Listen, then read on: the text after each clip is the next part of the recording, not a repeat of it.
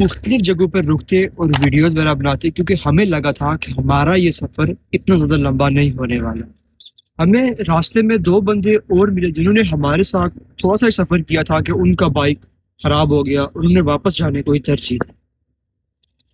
ہمیں ایڈونچر کی چل نے اس سفر کو جاری رکھنے پر مجبور کیا ہوا تھا، اور آخر کار ہم اس ٹاور یا کھمبے تک پہنچ گئے جو ہمیں نیچے سے نظر آ رہا تھا، اور ہمارے دماغ میں یہ تھا کہ اس ٹاور کی دوسری طرف ڈائنو ویلی ہو۔ ہم نے یہاں پر رک کر تھوڑی بہت ویڈیوز وغیرہ بنائی اور نیچے سے اسلام آباد اور قدیم یونیورسٹی کے ویو سے لطف اندوز ہوئے۔ تعجب کی بات یہ تھی کہ اس پورے سفر میں ہمیں ابھی تک ایک بندہ بھی سڑک پر نہیں ملا تھا۔ اس کچی سڑک پر چھوٹے چھوٹے پیچز پکے بنائے گئے تھے جو میرے ذہن میں مختلف قسم کے سوالات کو اجاگر کر رہے۔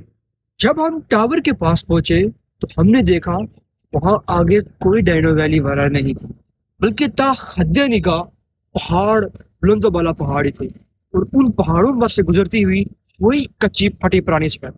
تھوڑا سا آگے گزر کے ہمیں اپنے پورے جرنی کا پہلا بندہ نظر آیا۔ جب بابا جی نے ہمیں بتایا کہ یہاں سے آگے 1.5 گھنٹے کا اور راستہ ہے، بابا جی کی بات کو ہم نے اتنا سیریس نہیں لیا۔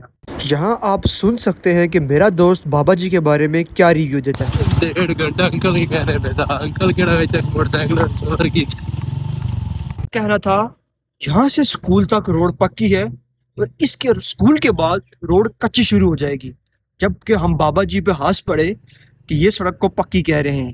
ہمیں اپنے سفر کی پہلی کار اس سڑک پر نظر آئی اور ہمارے دل میں امید کی کرن جاگی کہ اس کا مطلب ہے یہاں سے آگے سڑک سیدھی ہے جس پر کار چلتی ہے۔ جب ہم سکول کے پاس پہنچے تو اس سے جو آگے ہم نے سڑک دیکھی تو ہمارے دل میں یہ خیال جاگا کہ بابا جی صحیح ہی کہہ رہے تھے۔ شروع میں تو ہمیں صرف کیچڑ ہی نظر آیا، جیسے ہی ہم آگے گئے تو مکمل پتھروں والی سڑک سٹارٹ ہو چکی تھی۔ بہت بڑے بڑے پتھر سڑک میں نکلے ہوئے تھے۔